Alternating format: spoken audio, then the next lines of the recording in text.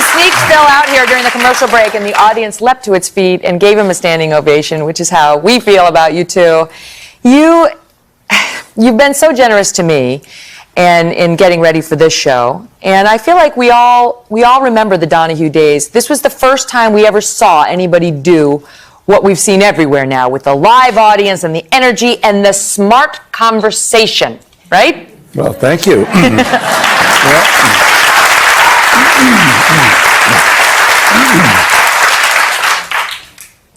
ahead. Well, the floor is yours. I tell you what, I was pretty absorbed in that first segment.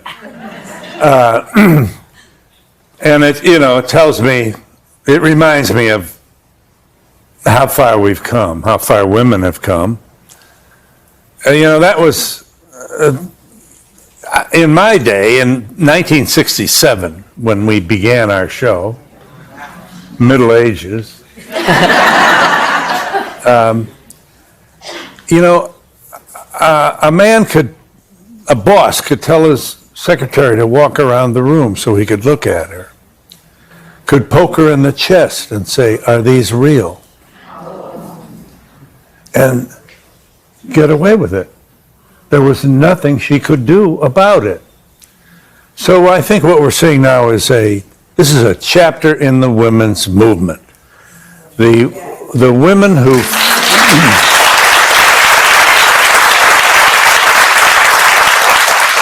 the women who fought back stand on the shoulders of the early feminists who took a lot of abuse themselves. They don't like men, they don't like sex, they're humorless, they're bitchy. Strident. We always hear that word, strident. Strident, yeah. And so, it's so great to see it. It took too long. It should never have been fought in the first place. And we have a long way yet to go. Yeah, oh, don't we? Yes, indeed. Phil's described himself as a feminist for years. You were one of the original feminists. Well, I was always proud of that. I took my abuse myself for that. You burned your bra? Yeah. What? Wait. Yeah, that's... But you did. A lot of people may not know. Do you know, you were raising your children by yourself for a long part of their childhoods. I've read Phil's book. Yeah, that was from the 6th grade on into freshman in high school is when I became a single parent of 4 sons. And I didn't know what to do with them.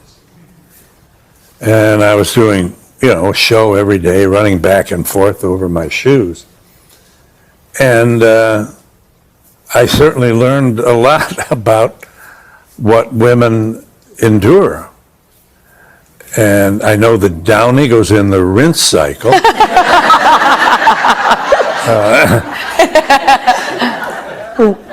We did a show. I finally was able to get some help. A woman from Yugoslavia, very sweet, nice woman. And I did a show on drugs and teenagers, and we had bongs and pipes and showed all the paraphernalia. And I got home from work that day, and the woman from Yugoslavia, who was my nanny, said, "Mr. Donahue, we have those things under your boy's bed." Reports coming in from New York. Phil Donahue, a pioneer in the US talk show and a very legendary host, has died according to a couple of reports that are coming in at the age of 88. Donahue's death was in Manhattan on Sunday following a long illness that was announced on NBC's Today Show, where he made frequent appearances, like even you've seen in the video I gave you at the beginning of this video. Actually made appearances from around 79 to 88 from the Phil Donahue Show. It was launched in 1967 and was the first on daytime US television to feature audience participation and it has been adopted up to date. It remained popular through the 70s and 80s, earning Donahue numerous Emmy Awards, and the format was adopted by the future talk show has the likes of Oprah Winfrey and so many others we are seeing today. Donahue received the Presidential Medal of Freedom from President Joe Biden in May, and they said that he pioneered the live daytime talk show, holding a mirror up to America, the White House said. The interview, he made so many interviews, and actually, like I've told you, he pioneered the live day talk time shows, and he actually interviewed some of the greatest stars who have even been forgotten up to now. We are sending our deepest condolences, and we'll be coming out to pay more tributes to the legend. R.I.P. Phil Donahue.